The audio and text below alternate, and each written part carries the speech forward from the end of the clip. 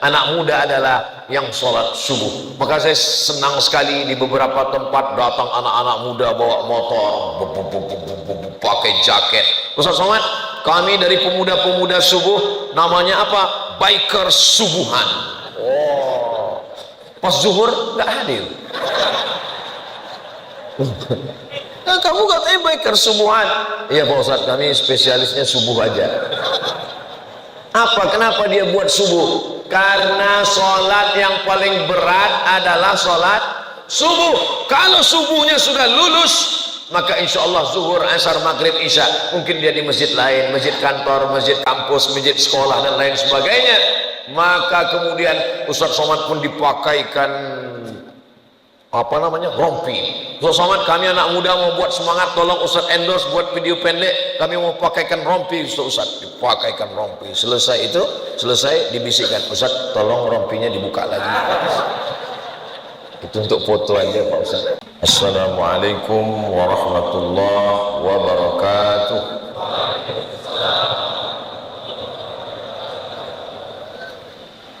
Alhamdulillahilladzi bi ni'matihi tatimmu shalihat, wassalatu wassalamu ala sayyidis sadat wa ala alihi wa ashabihi ahli al-fadaili wal karamat. Subhanaka la ilma lana illa ma 'allamtana innaka antal alimul hakim. Rabbi shrah li sadri wa yassir li amri wa hlul 'uqdatan min lisani yafqahu qawli.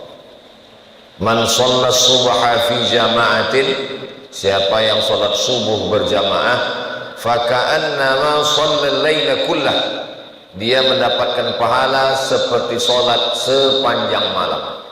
Mudah-mudahan kita semuanya subuh ini mendapatkan sholat sepanjang malam dan istiqomah insyaallah. Man shalla subha fi jama'atin, siapa yang sholat subuh berjamaah, kana fi zimmatillah, maka dia mendapatkan perlindungan Allah Subhanahu wa ta'ala.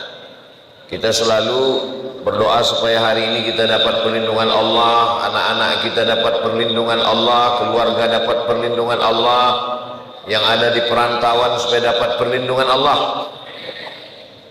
Cara paling ampuh dapat perlindungan Allah adalah dengan sholat subuh berjamaah. Jadi suatu ketika saya tausiah, siapa yang sholat subuh berjamaah dapat perlindungan Allah.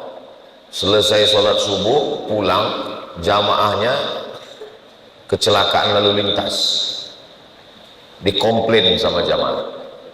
Langsung komplainnya ke Ustadz. Ustadz Abdul Somad mengatakan kalau sholat subuh berjamaah dapat perlindungan Allah, itu jamaahnya ketabrak meninggal. Saya bilang saya menyampaikan hadis, bukan salah saya. Terus kenapa bisa kecelakaan? Kita menganggap bahwa kalau sudah sholat subuh berjamaah lalu kemudian tidak ada kecelakaan musibah dalam hidup kita, itu salah memahami. Boleh jadi dengan musibah itu Allah menyelamatkan dia dari fitnah dunia dan dia matinya husnul khatimah, karena kita memandang dengan pandangan kita. Ini sebelum nanti ada yang komplain pulang, saya jelaskan sekarang. Jangan nanti selesai ini pulang sendalnya hilang, komplain ke saya. Man ahabba yusata lahu fi rizqihi, siapa yang mau lapang rezekinya, wa yunsa'alahu fi asarihi, mau panjang umurnya, falyasil rahimahu, maka hendaklah dia menyambung tali silaturahim. Dan kita adalah orang yang pertama menyambung tali silaturahim di Masjid Raya, Masjid Agung, Masjid Agung Pamekasan ini. Kita sebelum terbit matahari kita sudah menyambung tali silaturahim duluan. Saya alhamdulillah subuh ini sudah menyambung silaturahim dengan ketua beserta seluruh pengurus Masjid Agung Pamekasan. Mudah-mudahan silaturahim ini memanjangkan umur, memurahkan rezeki. Saya berkeliling dalam safari dakwah dari mulai hari Jumat, Sabtu, Ahad, Senin ini lintas kabupaten. Itu dibawa oleh senior saya, kakak kelas saya, guru kita semua, Sahibul Fadilah Kiai Haji Dr. Ahmad Fauzi Tijani, pimpinan Pondok Pesantren Al Amin Perenduan. Mudah-mudahan beliau panjang umur, sehat badan. bapak-bapak dari TNI Polri yang mengawal subuh ini, Masya Allah, tabarakallah, turun dari kendaraan tadi saya heran, ini kok dikawal, apa ada teroris ini di Pamekasan? Ternyata jamaahnya melimpah ruah. Kalau sholat subuhnya sudah seperti sholat Jumat, tidak lama lagi Palestina akan merdeka. Begitu kata ulama di Mesir, menjelaskan bahwa pertolongan satu-satunya datang dari hamba Allah. Ini subuh di Pamekasan bukan sholat Jumat, ini Idul Adha kelihatannya. Idul Adha orang ramai karena selesai sholat ada pembagian kupon daging hewan kurban. Tapi ini melimpah ruah, Masya Allah, tabarakallah. Saya pikir cuma di bawah, saya pikir saya lah yang paling tinggi sekarang, rupanya di atas ada lagi. Ini yang di atas ini doanya lebih makbul dari kita. Kenapa? Dekat ke langit. Luar biasa Masjid Agung, Masjid Asy-Syuhada. Kalau satu orang syahid, kalau dua orang syahidani, kalau tiga orang syuhada. Syahid dimakna masyhud, syahid dimakna syahid. Satu orang syahid artinya menyaksikan. Kenapa orang yang meninggal dunia itu disebut dengan syahid? Karena dia menyaksikan tempatnya di surga sebelum dia mati, sudah tahu tempatnya di mana di surga. Mudah-mudahan kita termasuk orang yang syahid. Sebelum meninggal dunia, malaikat mengepakkan sayapnya dan malaikat menampakkan, wahai Abdul Samad, ini tempatmu di surga dekat dengan Sayyidina wa Maulana Muhammad sallallahu alaihi wasallam. Sebetulnya itu cara saya berdoa. Doa saya sebetulnya, ya Allah, sebelum aku mati tunjukkanlah tempatku di surga dan dekat dengan Sayyidina wa Maulana wa Syafi'ina Muhammad sallallahu alaihi wasallam. Dan jamaah respon langsung mengaminkan, amin. Begitu jamaah mengatakan amin, Allah kirimkan malaikat. Apa kata malaikat? Amin walaka misluh. Kabulkan doa orang ini, kau mendapat yang sama seperti yang kau doakan untuk saudaramu. Itulah mengapa kita mesti selalu mendoakan saudara-saudara kita. Ustaz Abdul Somad tadi ketika bangun ada rasa cemas, khawatir mau ke Masjid Agung. Ya, apa yang Ustaz cemaskan? Jangankan tempat saya di surga, tempat parkir aja saya nggak tahu di mana. Tapi orang-orang yang syahid menyaksikan tempatnya. Masyhud, dia disaksikan. Kenapa dia dikatakan menyaksikan? Karena melihat tempat sebelum mati. Kenapa dia dikatakan disaksikan? Malaikat-malaikat turun mempersaksikan kematiannya karena dia termasuk orang yang mulia. Dan kita di masjid ini, Masjid Syuhada, apa kata Allah Subhanahu wa taala ketika menjelaskan untuk apa kita hidup sampai hari ini? Sampai tahun 1446 Hijrah kita masih hidup. Allazi khalaqal mauta, Allah yang menciptakan hidup, wal hayata, Allah yang menciptakan mati, liyabluwakum ayyukum ahsanu amala. Siapa yang paling baik amalnya? Belum terbit matahari, orang Pemakasan sudah beramal. Langkah kaki pertama menghapus dosa, langkah kaki kedua mengangkat derajat, langkah kaki ketiga menghapus dosa, keempat mengangkat derajat. Lisannya zikir, diamnya fikir. Jadi kalau ada nanti melihat teman, kawan, sahabat bergerak mulutnya, zikir, diam, fikir.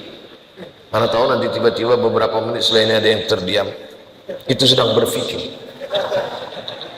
Orang beriman itu tidak ada yang kosong, geraknya zikir, diamnya fikir, tidak ada yang kosong dan hampa. Masuk ke dalam masjid, langkah kaki kanan, Allahumma ftahli abwaaba rahmatik, bukakan untukku pintu rahmat kasih sayang. Kenapa waktu masuk masjid doanya minta bukakan pintu rahmat? Karena di dalam masjid malaikat sudah siap mendoakan, Allahumma fir lahu, Allahumma arhamhu, Allahumma fir lahu, Allahumma arhamhu, Allahumma fir lahu, Allahumma arhamhu. ampunkan dosanya, rahmati dia, ampunkan dosanya, rahmati dia. Sampai kapan malaikat berhenti mendoakan? Sampai orang itu wudunya batal, sampai orang itu keluar dari dalam masjid. Dari dalam masjid. Bagaimana yang nggak masuk masjid sama sekali? Karena penuh. Selama shaf tidak putus, maka dia termasuk orang yang berada dalam masjid. Saudara saya yang berada di tangga, yang ada di halaman, itu pun tetap juga dihitung sebagai orang yang dalam masjid, karena shafnya masih menyambung. Itulah mengapa sebelum sholat tadi imam mengatakan sawus sufuf, luruskan shaf. Fa inna taswiyatas sufuf min tamamis shalah. Lurusnya shaf bagian dari kesempurnaan sholat. Itu kata imam tadi. Imamnya siapa? Saya kalau sholat di masjid, sholat subuh, itu paling sungkan, paling segan jadi imam. Kenapa? Karena saya nggak tahu bagaimana keadaan tradisi di masjid itu. Saya pernah maju ke masjid, Bismillahirrahmanirrahim. Rupanya selesai sholat dikasih tahu, mohon maaf Pak Ustadz, masjid ini bismillahnya sir. Itu. Tadi kenapa Ustadz PD maju ke depan?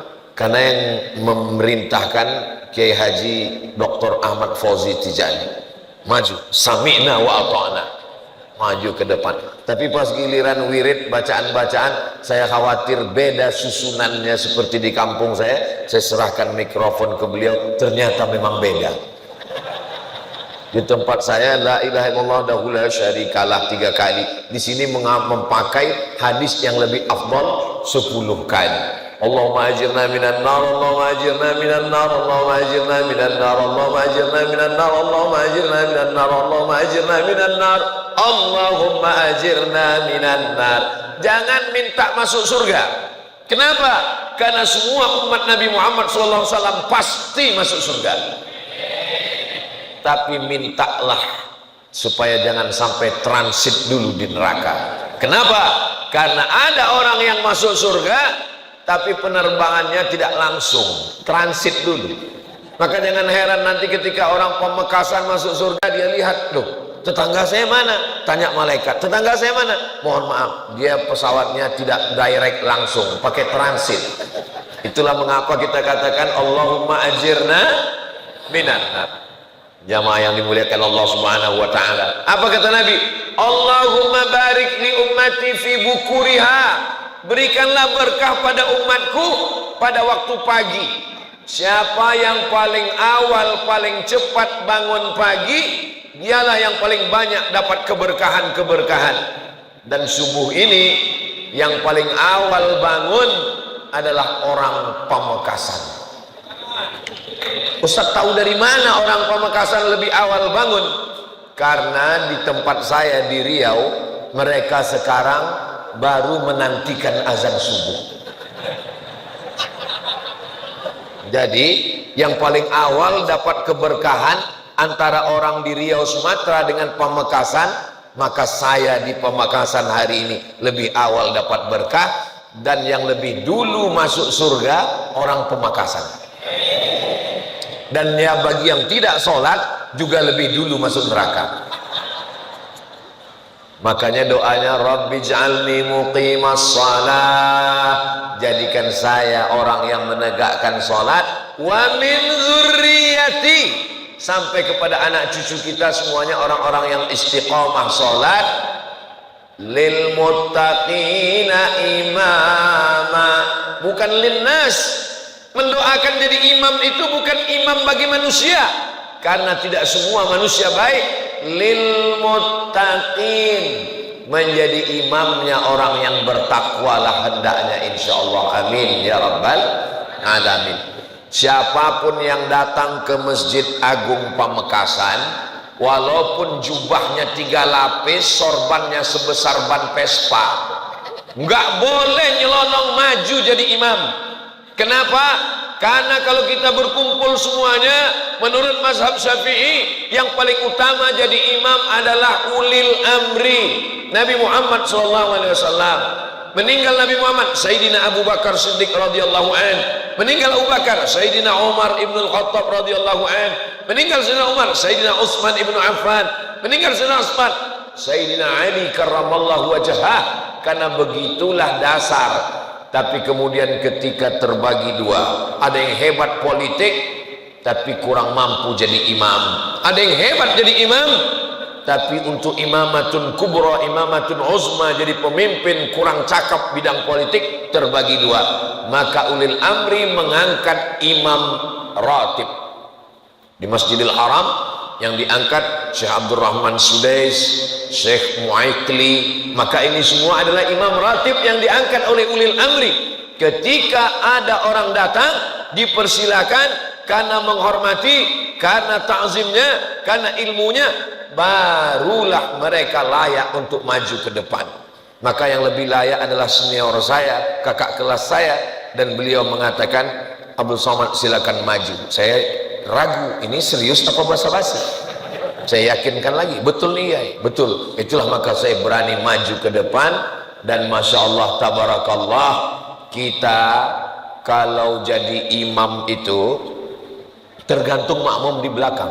Kalau makmum kita itu senior, kakak kelas kita, itu ayat-ayat itu kadang-kadang hilang, kadang-kadang muncul, bisa salah baca. Bapak ibu para santri, bagi yang biasa jadi imam merasakan itu. Kadang-kadang walaupun surat pendek, simpang lakum dinukum waliyadin itu bisa hilang. Wala ana abidum ma'abadtum wala antum abiduna ma'abud, wala ana abidum ma'abadtum wala antum abiduna ma'abud. Tapi karena pertolongan Allah, itulah mengapa sebelumnya kita berserah diri kepada Allah. La haula wala quwata illa billahil aliyyil azim. Selesai salat, kita berzikir secara jahar. Datang seorang sahabat bertanya, bagaimana sahabat Nabi dulu bersama Rasulullah sallallahu alaihi wasallam? Apakah mereka zikirnya itu jahar atau zikirnya sir? Maka dijawab oleh Sayyidina Abdullah ibnu Abbas radhiyallahu anhuma, saya tahu salat di Masjid Nabawi sudah selesai karena saya mendengarkan suara takbir dari luar masjid. Bagaimana suara takbir bisa terdengar dari luar masjid padahal waktu itu belum ada mikrofon? Maka maknanya mereka menjaharkan takbir dalam masjid. Bagaimana suara jahar kalau tidak ada mikrofon? Allahu Akbar, Allahu Akbar, Allahu Akbar.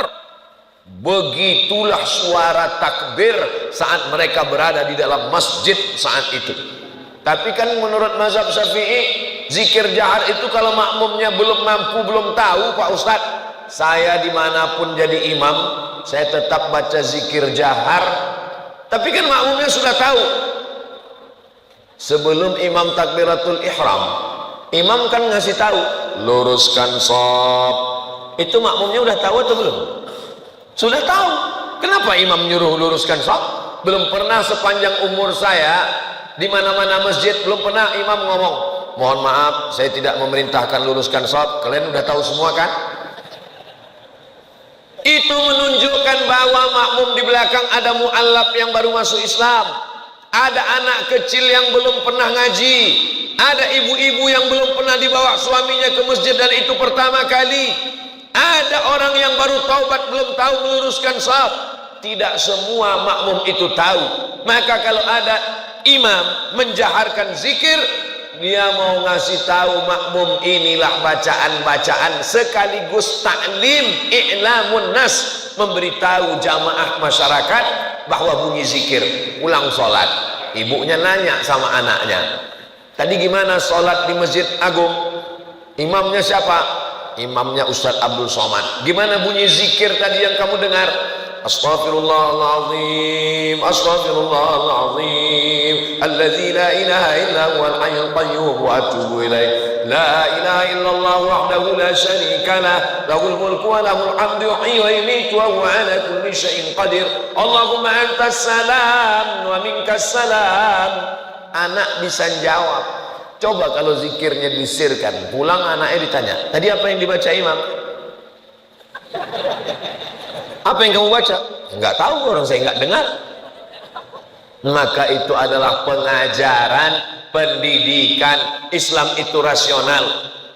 Ad-da'i wal mu'ammin fil ajri sawa, yang baca doa dengan yang mengaminkan pahalanya sama.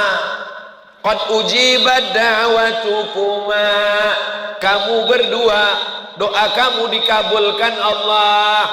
Padahal yang berdoa satu orang, Nabi Musa alaihissalam.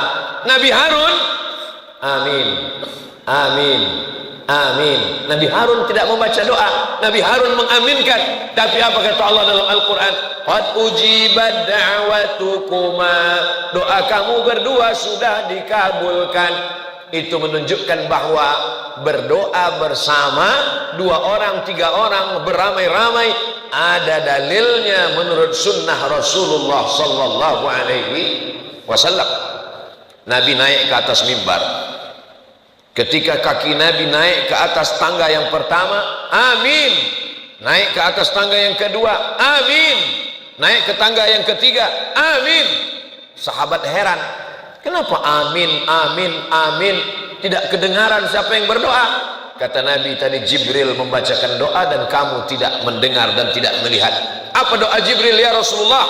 3. Bu'adan liman adraka Ramadan falam yughfarlah, celaka orang yang bertemu dengan Ramadan tapi dosanya tidak diampunkan. Amin. Bu'adan liman dzukirta walam yusalli alaika, celaka orang yang ketika disebut namamu tapi dia tidak bersolawat untukmu. Amin. Bu'dan liman adraka walidahul kibara ahaduhuma aw kilahuma falam yudkhilahul jannah, celaka orang yang bertemu dengan kedua orang tuanya sampai tua tapi dia tidak berbakti sehingga dia tidak masuk surga gara-gara tidak berbakti kepada orang tua. Amin. Itulah doa yang paling hebat. Yang membaca doa Jibril, yang mengaminkan adalah Sayyidina wa Maulana Muhammad sallallahu alaihi. Saya nggak mau doa bersama dengan imam Pak Ustadz. Kenapa? Karena imam doanya lain, saya beda. Loh, kok beda doa imam dengan kamu? Tadi imam minta hujan, sedangkan saya jual es krim. Jangan dipahami secara tekstual. Imam minta hujan itu maksudnya turunkan rahmat. Maka yang dimintanya itu adalah rahmat. Rahmat bagi petani adalah air hujan, tapi rahmat bagi es krim bisa jadi panas dan lain sebagainya. Bisa jadi dia beli, dia simpan di kulkasnya. Yang kita mintakan adalah rahmat dari Allah. Ini sekarang banyak di beberapa tempat orang selesai sholat nggak mau lagi berzikir, selesai langsung. Kamu nggak ikut doa dengan imam? Ya, doa yang lama aja belum dikabulkan Pak Ustadz, ngapain tambah yang baru? Saya, kata Umar bin Khattab, tidak tahu doa saya itu diterima Allah atau tidak, tapi saya terus berdoa. Kenapa terus berdoa? Karena doa adalah ibadah. Begitu juga dengan sholat kita, istighfar kita, haji dan umrah kita, kita terus laksanakan. Kenapa? Karena kita disuruh untuk ibadah. Wa ma khalaqatul jinna wal insa illa liya'budun. Saya tidak mau berdoa bersama Pak Ustaz. Kenapa kamu tidak mau berdoa bersama? Karena Nabi tidak pernah melakukannya. Kalau tidak dilakukan Nabi, maka perbuatan itu bid'ah. Sunnah itu 3. Yang pertama qauli, perbuat, ucapan. Yang kedua fi'li, perbuatan. Yang ketiga takriri, ketetapan. Kalau sunnah hanya dibatasi pada perbuatan, maka hilang 2/3 sunnah Rasulullah SAW. Ausani khalili, orang yang saya cintai, kekasih saya berpesan kepada saya supaya saya jangan meninggalkan 3. Di antaranya jangan meninggalkan sholat duha, jangan meninggalkan sholat witir. Apakah mesti disyaratkan sholat duha itu mesti dilaksanakan Nabi setiap hari? Tidak ada. Begitu juga dengan puasa Nabi Daud. Ahabbus shaum ilallah shaumi Daud. Puasa yang paling dicintai Allah, puasa Nabi Daud.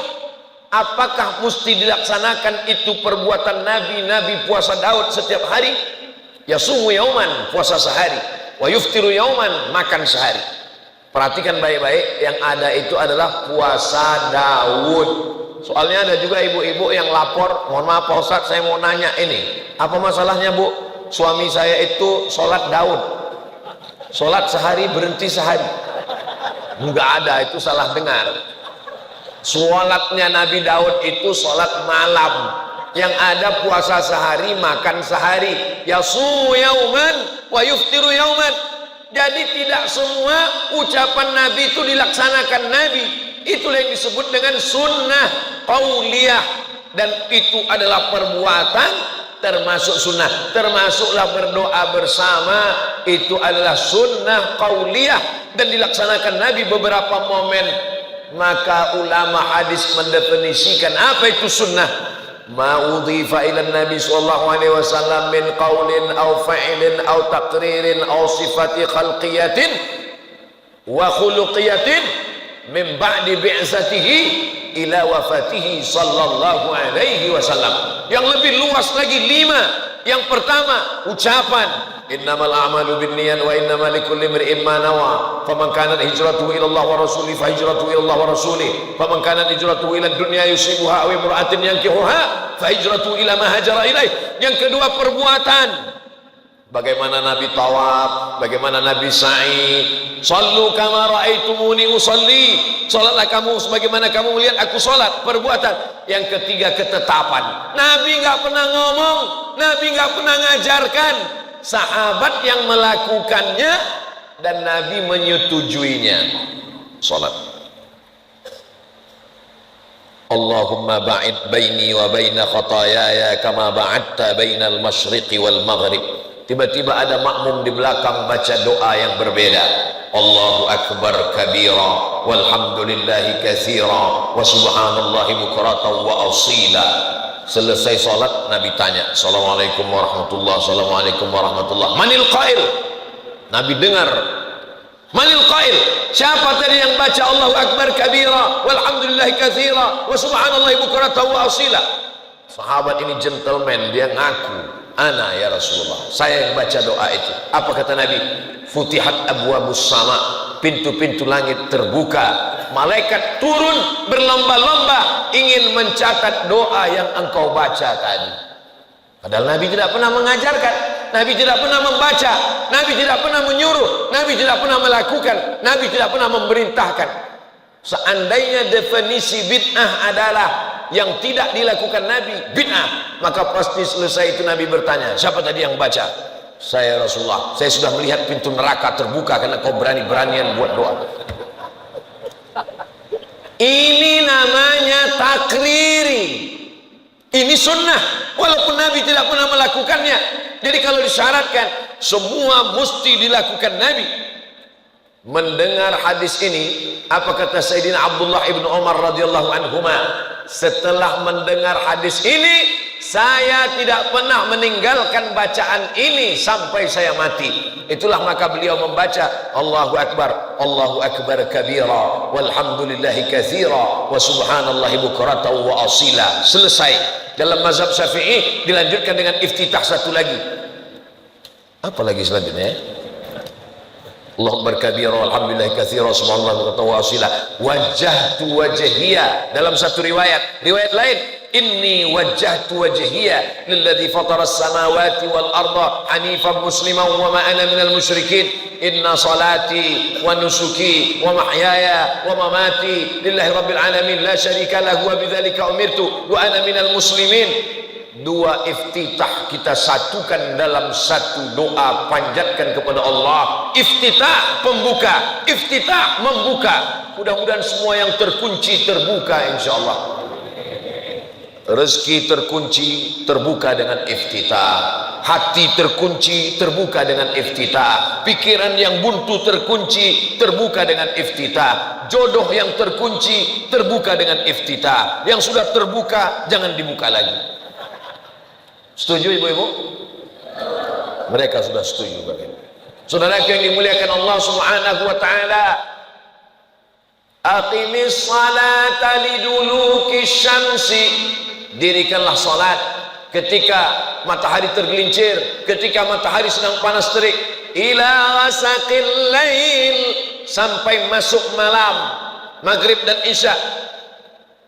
Lalu kemudian apa kata Allah Subhanahu wa taala? Wa Qur'anal fajri. Quran disebut dengan Quran fajri. Salat subuh itu namanya salatus subhi. Nama yang lain salatul ghadati. Nama yang lain Quranul fajri. Kenapa? Karena Nabi membaca ayat paling panjang pada salat subuh. Inna Qur'anal fajri kana mashhuda. Sesungguhnya salat subuh itu dipersaksikan oleh para malaikat. Apakah salat maghrib tidak disaksikan malaikat? Apakah salat zuhur tidak disaksikan malaikat? Mengapa salat subuh dikatakan disaksikan malaikat? Ternyata malaikat paling banyak mengikuti, menyaksikan orang yang salat adalah pada salat subuh. Rombongan bupati mau datang, orang datang berduyun-duyun. Rombongan gubernur ramai datang, rombongan presiden makin ramai. Ini lebih hebat daripada presiden, bupati, gubernur. Yang ini adalah rombongan malaikat-malaikat suci Allah. Sehingga ketika imam mengatakan ghairil maghdubi alaihim waladdallin,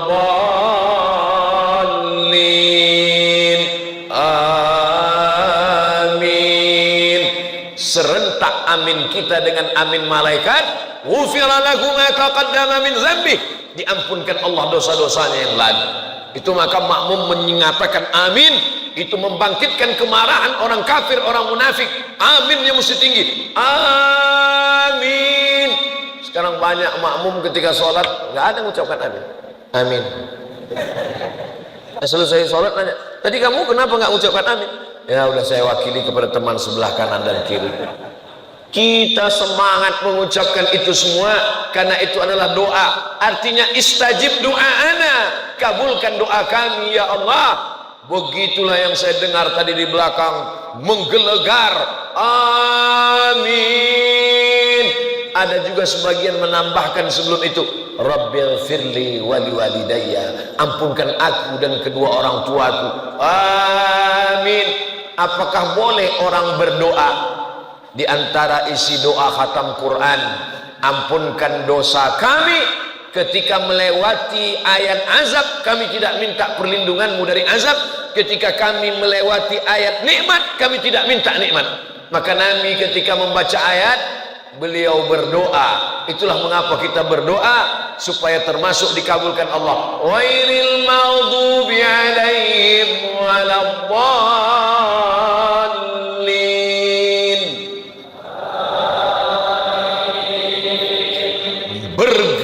Menggelegar tiang-tiang aras karena doa amin.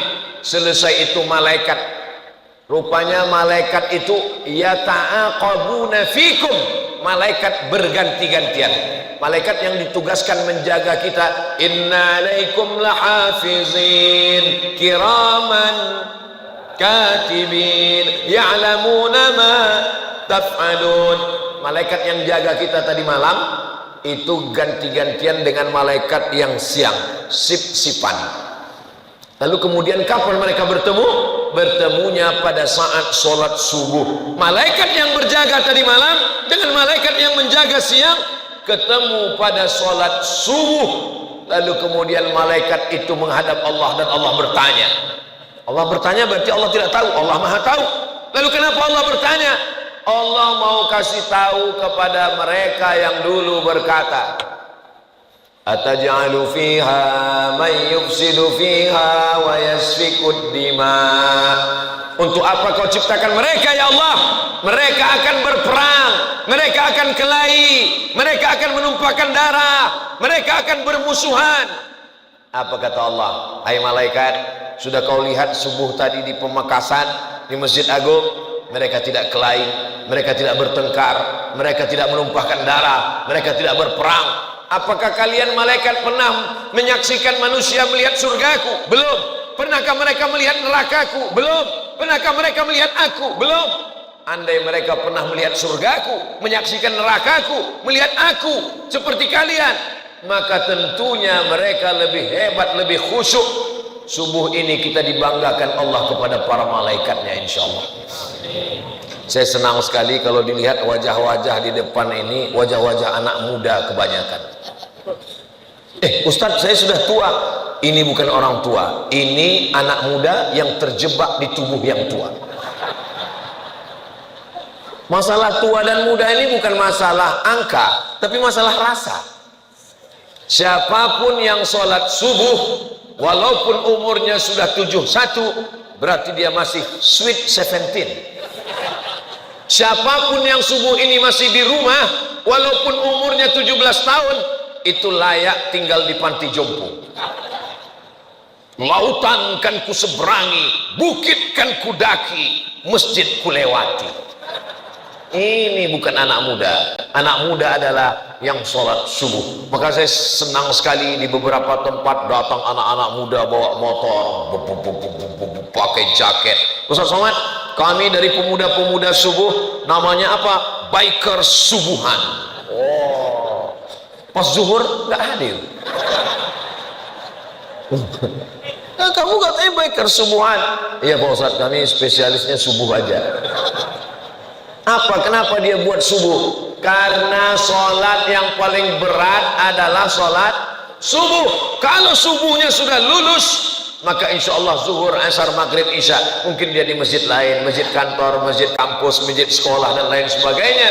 Maka kemudian Ustaz Somad pun dipakaikan apa namanya, rompi. Ustaz Somad, kami anak muda mau buat semangat, tolong Ustaz endorse buat video pendek, kami mau pakaikan rompi. Ustaz dipakaikan rompi. Selesai itu, selesai dibisikkan, Ustaz tolong rompinya dibuka lagi. Itu untuk foto aja Pak Ustaz. Saudara yang dimuliakan Allah, kita bangga anak-anak muda. Dulu sekitar tahun-tahun 96 98, internet belum ada. Ketika itu saya baru punya Google, email, yahoo.com tahun 99, baru ada warnet di Kairo waktu itu. Sebelum itu nggak ada. Jadi saya pernah baca di majalah, nanti akan ada namanya internet. Anak-anak muda akan rusak, kecanduan internet, maksiat merajalela, masuk ke rumah dan kamar. Anak muda sudah tidak peduli Islam. Tahun 2000 adalah tahun kehancuran. Prediksi mereka dulu tahun 2000 tahun kehancuran, karena anak muda sudah dirusak dengan yang namanya internet.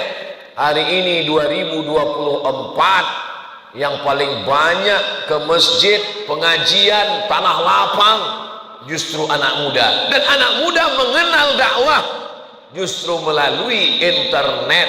Apa nama channelnya? Ustadz Abdul Somad Official. Subscribe, like, share, and comment. Dia memang iklan itu di akhir-akhir, di ujung-ujung. Saudara yang dimuliakan Allah Subhanahu wa taala, apa tujuan dari semua ini?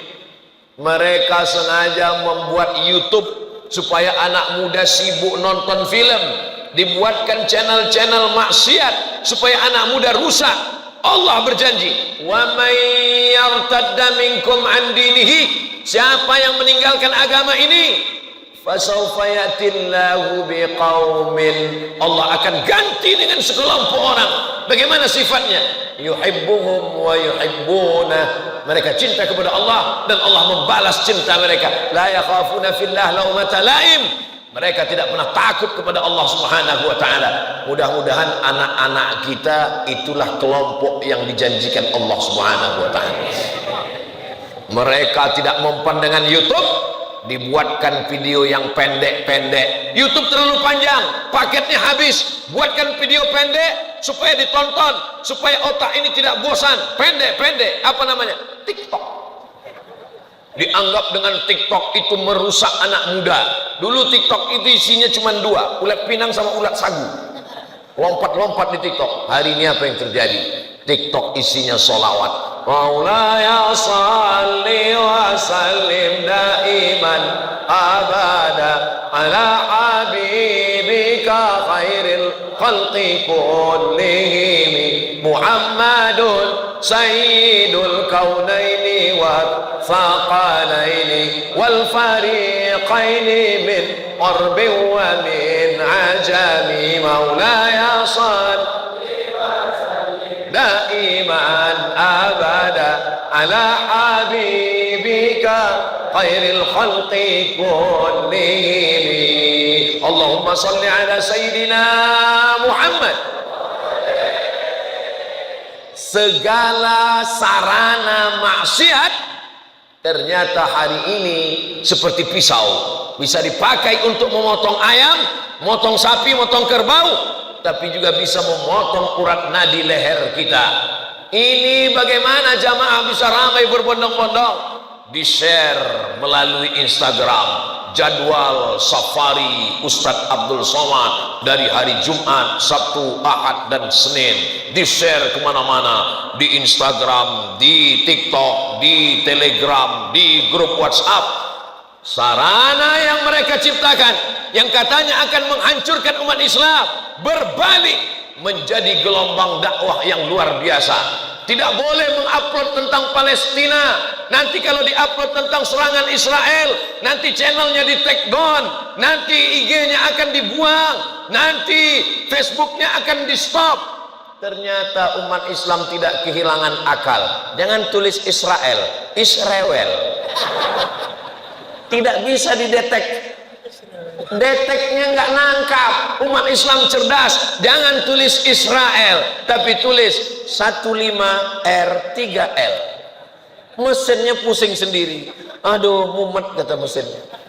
Orang Islam tidak pernah kehilangan akal, karena akalnya selalu dipakai. Afala ta'qilun. Kenapa tidak menggunakan akal dan pikiran? Akal adalah pisau tajam. Kalau dipakai dia untuk yang baik-baik, amat sangat positif. Sebelum matahari terbit, kita sudah terbangun. Dan ketika kita sholat di dalam masjid, man shallas subha fi jama'atin, siapa yang sholat subuh berjamaah. Hebat ini Masjid Agung ini, luar biasa. Saya dari tadi terus terpukau, terkesima melihat ukiran kayunya. Ini bukan keramik, ini batu marmer. Itu ada satu selat Bosporus di Turki, namanya juga disebut dengan Marmara. Dari kata Marmara itulah muncul batu marmer. Luar negeri. Saya pernah sholat di bawah rombongan wali kota safari Ramadan. Allahu Akbar. Enggak khusyuk sujud. Kenapa? Kening banyak pasir, belum disemen. Tapi Masjid Agung Pamekasan, Masya Allah, tabarakallah, dari mulai lantainya sampai itu manjat itu batu itu ke atas, luar biasa. Dari sini kalau kita lihat pintu ke belakang, itu ada kulkas. Jarang-jarang masjid ada kulkas. Di beberapa tempat saya lihat ada juga masjid seperti kotak kaca, rupanya tempat mukena. Tapi di sini ada kulkas, luar biasa. Dikunci atau enggak, wallahu alam. Saudara yang dimuliakan Allah Subhanahu wa taala, masjid bagus, cantik, lampunya juga luar biasa.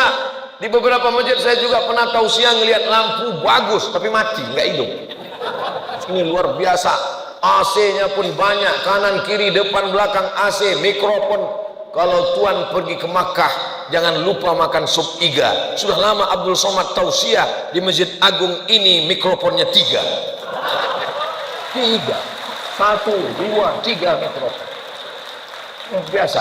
Apa itu yang artinya kalau ini mati pakai ini mati pakai ini. Kalau mati semua stop, berhenti. Itu sudah habis. Apa itu yang dimuliakan Allah Subhanahu wa taala. Tolong saudara saya dari Sabang sampai Papua, kalau mau jalan-jalan wisata religi, mau melihat bagaimana pengaturan masjid yang bagus, datang ke Masjid Agung Pamekasan, cantik bagus. Saya pernah dibawa pengajian, jamaahnya sudah penuh. Terus saya nanya, kita mau jalan dari mana? Membelah jamaah, seperti Nabi Musa membelah Laut Merah. Waktu sebelum masuk tuh saya buka dulu peci, kain sarung, saya takut copot. Ditarik jamaah dari atas, pengawalan nggak bisa selesai. Bisa ditonton videonya, tulis di YouTube, Ustadz Somad tidak bisa masuk masjid, keluar video.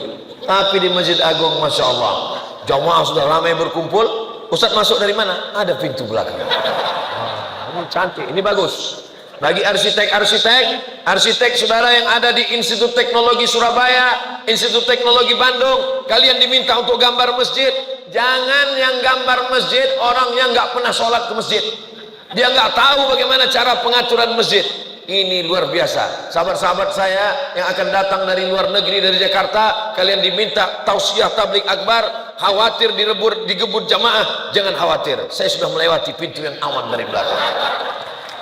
Saudara yang dimuliakan Allah Subhanahu wa taala, ada ruang tunggunya, ada kue-kuenya, ada minuman, walaupun nggak sempat tadi.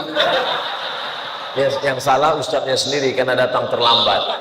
Man shalla subha fi jama'atin, siapa yang sholat subuh berjamaah, summa qa'ada yadhkurullah, dia tidak langsung pulang ke rumah, tapi duduk dulu. Habis sholat duduk, yadhkurullah, berzikir mengingat Allah. Sampai kapan? Hatta tatlu asyam, sampai terbit matahari. Tadi saya mulai tausiah jam 5 kurang 15, maka insya Allah saya bicara 1 jam, jam 6. Kalau lihat dari botol sebetulnya ini 300 ml, jadi setengah jam aja udah cukup. Ini botol kecil. Ini sudah keluar kode etik, maka insya Allah sama seperti di tempat lain, setelah 1 jam, maka sebelum jam 6.15 maka kita lanjutkan. Tapi katanya dalam hadis itu yazkurullah, berzikir. Majlis kita ini bukan majlis lagh, bukan majlis sia-sia, bukan ngomong tanpa makna. Yang disampaikan adalah ayat, hadis, fatwa ulama, ahlus sunnah wal jamaah. Maka majlis ilmu juga adalah majlis zikir. Kenapa saat berzikir dan saat majelis ilmu orang bisa ngantuk? Ternyata orang yang paling tenang hatinya adalah saat zikir dan majelis ilmu.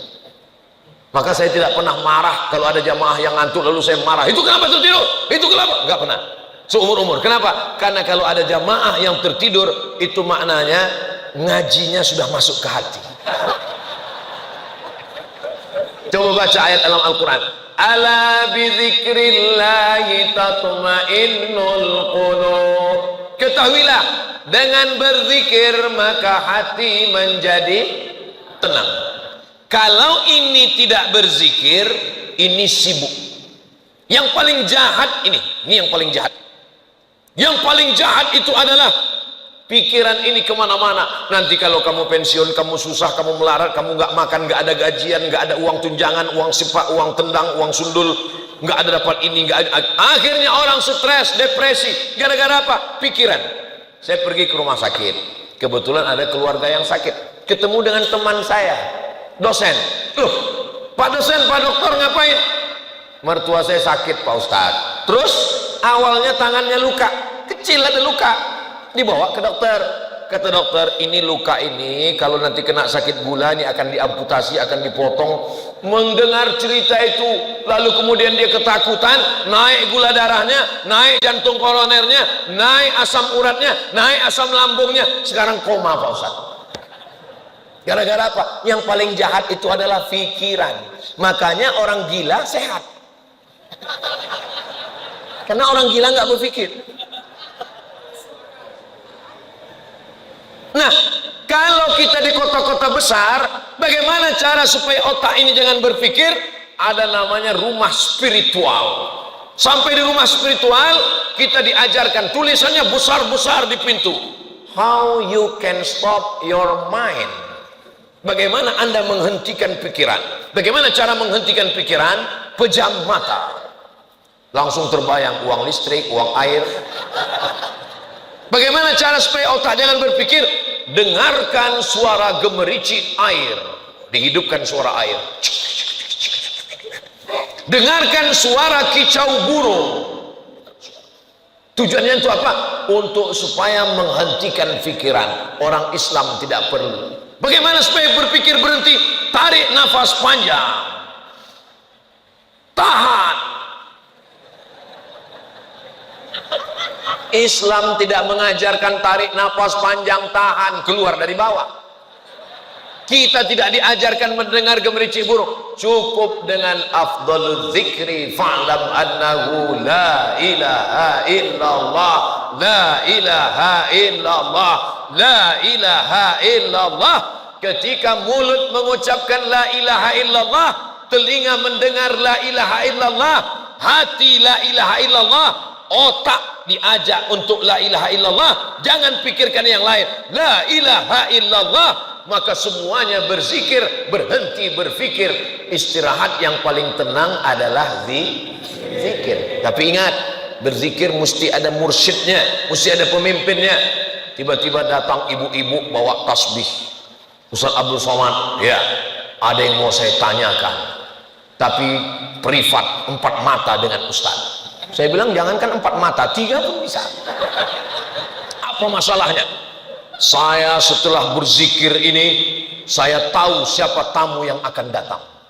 Setelah berzikir ini, kalau saya bawa mobil melewati gunung, saya tahu mobil apa yang akan lewat di samping gunung sana. Semua yang tersembunyi saya tahu. Saya jadi khawatir, jadi takut saya. Terus saya tanya, saya tolong ibu jawab dengan jujur. Iya, ibu berzikir pakai guru atau enggak? Enggak, saya zikir sendiri. Ibu sedang mengalami kasyaf, tapi kasyafnya bukan kasyaf ilahi. Kasyaf artinya tersingkapnya hijab. Kasyaf yang ibu alami bukan kasyaf ilahi, tapi kasyaf syaitani, setan yang sedang menyingkapkan hijab gaib itu. Enak aja Ustaz nuduh saya disingkapkan setan. Jawab dengan jujur. Setelah tahu yang gaib-gaib, bisa ngelihat apa yang di balik bukit, tahu tamu mau datang, makin ingat pada Allah atau makin lupa? Terus terang saya makin lupa Pak Ustaz. Nah, itulah kamu sedang disimpangkan persimpangan setan. Man la syaikha lahu fasyaitanu syaikhuhu. Siapa yang tidak berguru, maka setanlah gurunya. Ya ayyuhalladzina amanu, hai orang yang percaya kepada Allah, ittaqullah, takutlah kepada Allah. Wa kunu ma'as shadiqin, hendaklah kamu bersama dengan orang yang benar. Kata Syekh Ali Jum'ah, itulah dalil rabitah, mengikatkan qalbu dengan Syekh. Jadi yang mau berzikir, ambil talqin zikirnya dengan Syekh. Berbagai macam ada guru-guru Syekh, termasuk guru kita Fadilatul Ustadz Kiai Haji Dr. Ahmad Fauzi Tijani. Beliau tapi belum tentu diterima juga. Dia tetap ada fit and proper test. Nah, dilihatnya dulu. Nanti kalau datang ke beliau, tolong saya talkinkan zikir Syekh, dia lihat dulu. Wah, ini kayaknya belum. Nanti datang lagi kira-kira beberapa bulan lagi. Bersihkan dulu dirimu. Ikut aja apa kata Syekh. Insya Allah, supaya kita selalu dibimbing. Terjadi macam-macam, cepat lapor. Kenapa?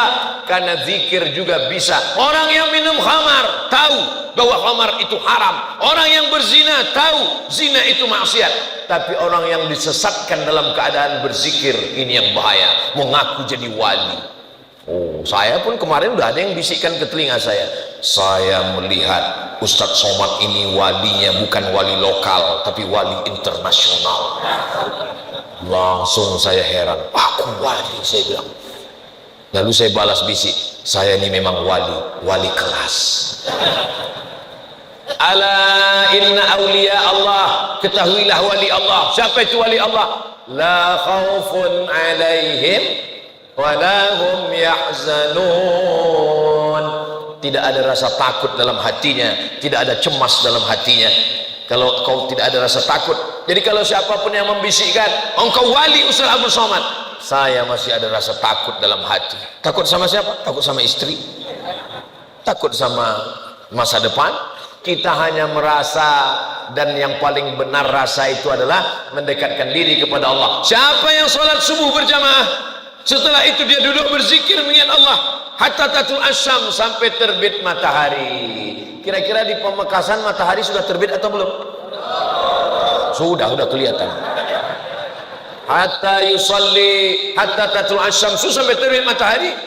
Thumma yusalli rak'ataini, salat sunat 2 rakaat. Salat sunat saat terbit matahari. Terbit matahari namanya syuruq, saat terbit itu namanya isyraq.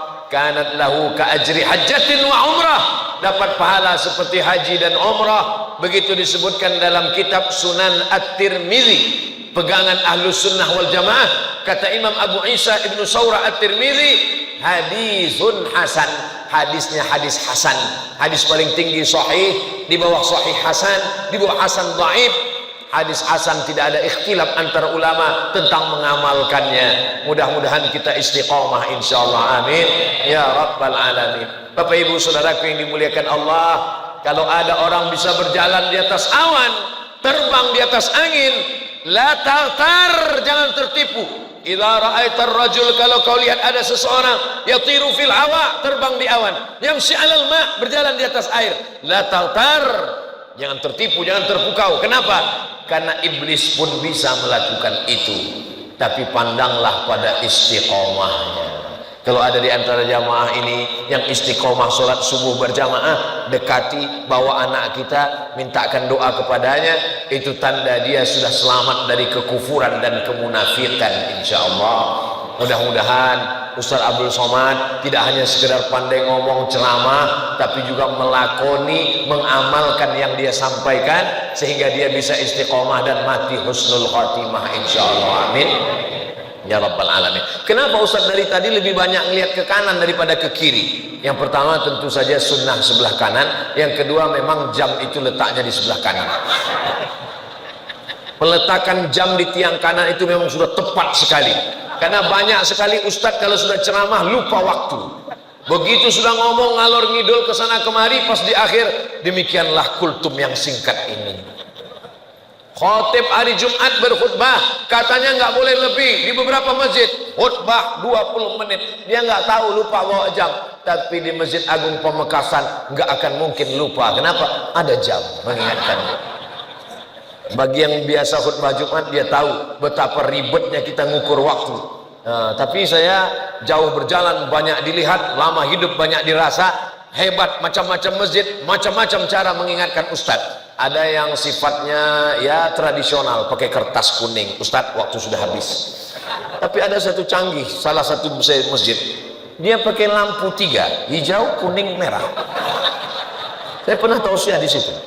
Lalu saya tanya, Pak Ketua Masjid, mohon maaf ya, ini mejanya bekas Dewan Juri Musabaqah Tilawatil Quran. Bukan Pak Ustaz, ini memang meja khusus kami buat 3, karena banyak ustadz yang lupa waktu. Jadi kalau waktu habis, hidup lampu kuning, tet kuning. Kalau sudah terlalu lama, hidup merah.